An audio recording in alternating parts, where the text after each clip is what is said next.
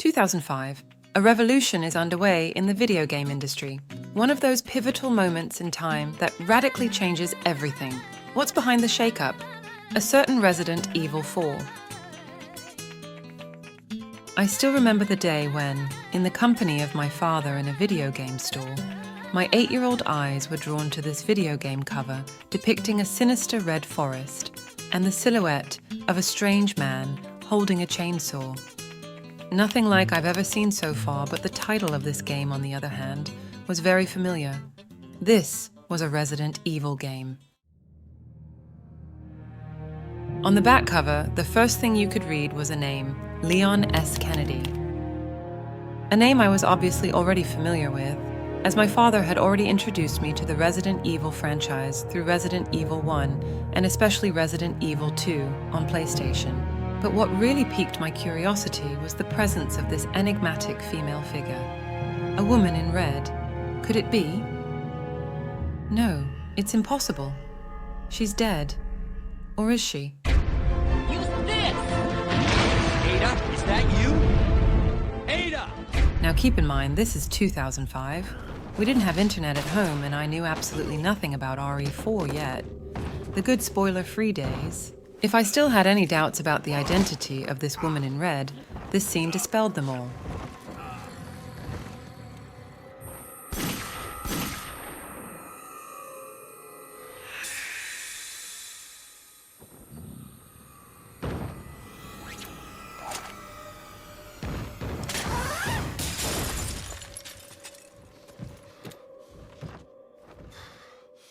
Yes, my favorite Resident Evil character, Ada Wong, was back.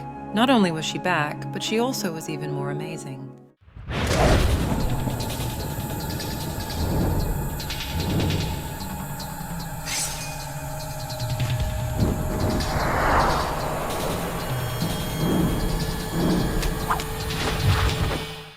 Bit of advice, try using knives next time. Works better for close encounters. Leon. Long time no see. At this point, I'm sure you understand the joy I felt when I discovered Ada was playable after beating the game once in not one, but 2 new game modes called Assignment Ada and my personal favorite, Separate Ways. There was something about Ada that I found very impressive. She was feminine, confident, intelligent, and powerful. You know, that Lara Croft quality that inspires young girls to take up gymnastics. But I digress again. Of course, she was also playable in the Mercenaries mode in her reimagined RE2 attire, so I was basically in heaven. Naturally, when the 2023 version of Resident Evil 4 came out, I couldn't wait to see more of Ada, but I was afraid Capcom would end up cutting Separate Ways. Thankfully, one scene at the end of the game made it certain for me that Separate Ways was indeed going to be released later as a DLC. Bride's here. You coming? I think we both know this. It's where we go our separate ways. I see. So when Separate Ways was finally announced for Resident Evil 4 Remake and released only a week after, I was more than ready. My only fear for it really was that it would end up being just another short $10 DLC, but it really wasn't. Let me tell you now that Separate Ways is probably the best Resident Evil DLC content we ever had so far. I played it on hardcore difficulty for my first run and took my sweet time to explore and appreciate every tiny detail in those beautiful environments. After completion, my game time almost reached 6 hours, which indeed is more than what it took to complete the Resident Evil 3 remake. But first, let me tell you why it is so good. Control, come in. Louise hit the amber, but I've... Like the main campaign, Ada's story has been rewritten and expanded for the better. Capcom finally seems to have found the perfect balance between old and new content for their remakes. Ada plays similarly to Leon, with the same enjoyable fighting mechanics and parry system. But, being the highly trained spy that she is, her gameplay feels more fluid and agile, and the game takes good advantage of her skills by placing the player in situations where stealth is sometimes more effective than direct confrontation. Although nothing feels forced on the player, it's always up to us to decide which approach fits the situation best. Ada also has some advantages compared to Leon. For example, her grappling gun is now usable during combat to reach out for a distant enemy and execute a melee attack. It is also possible to get rid of an enemy's shield on the condition that you acquire a particular charm in the shape of OGRE for Ada. Speaking of charms, Ada can obtain several from the merchant and attach 3 to her briefcase to obtain certain crafting bonuses, an increase in her movement speed, and other slight advantages. You can always buy weapons from the merchant and repair your equipment, sell your treasures, or improve the efficiency of your weapons.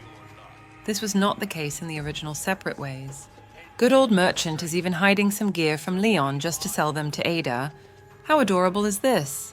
Particular attention has also been paid to the music that orchestrates Ada's progress. Familiar notes will caress players' ears, yet sound new, giving the game a spy movie feel that's totally in keeping with the character. In addition to her grappling gun, Ada is equipped with a high-tech lens that enables her to analyze her surroundings and find clues that can help her track down a certain individual or detect the presence of fingerprints. Any resemblance to a certain Dark Knight would of course be entirely coincidental. The main complaints we could hear from players after the release of RE4R was that some iconic moments, places, and even enemies were cut from the game. Well, fear not. As expected, they were not really cut. They were saved and reimagined for Separate Ways. For example, the iconic laser room is back and serves a darker purpose than in the original game. It makes sense that this moment was kept for Ada, as it fits perfectly with her super spy skills. Your beloved U3 aka Passanta is obviously also back and is even more present this time around. I personally loved finding out more about its sinister backstory by reading the various documents scattered around the map. These files are once again a perfect way to go deeper into the game's lore, and I just love that it all depends on you to find these papers or photos and read them to understand the bizarre situation you find yourself in. With the addition of Separate Ways, Resident Evil 4 Remake is now to me as good a remake as Resident Evil Rebirth, as we call it. And who knows, maybe we're going to get even more content for this game. Assignment Wesker maybe? Or even Krauser? The possibilities are quite numerous. For those of us who already considered Separate Ways to be our main campaign, the replayability is even better this time around. You'll be able to unlock a variety of accessories and outfits for Ada, Luis, and even Wesker as you complete the game on every difficulty, giving you more reasons to play this adventure over and over again. I know it sounds unbiased considering my love for the character, but I'm currently playing my 6th playthrough, and I'm still not tired of it. Something that I really appreciated about this remake of Separate Ways was that it's no longer about retelling Leon's story from a different angle or having to rescue him several times. It's way more personal for Ada this time around. It feels like there's more at stake for her. Not only does she also find herself infected by Las Plagas, but we also witness her growing difficulties in placing her clients' desires before her allies. To conclude this mostly spoiler-free review, let me just tell you that Separate Ways reinvents Ada's story the same way the main campaign did for Leon. The pacing is perfect, there's never a dull moment. Levels are familiar, but feel new. Boss fights are varied and reworked to fit Ada's abilities. I'd say it is an essential extension to the base game that delivers a new story through its own distinct tone. Was it worth the $10? Absolutely. If I was to give a note to the DLC, it would be a solid 9 out of 10. Thank you for watching this video. I'm TheRedButterfly, and I do cover a lot of Resident Evil stuff on my channel.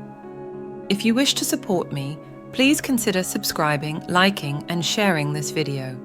That would greatly help the channel, and I sincerely thank you if you already have. Tell me if you wish to see a full review of this DLC in the future. And as Ada often says, see you around.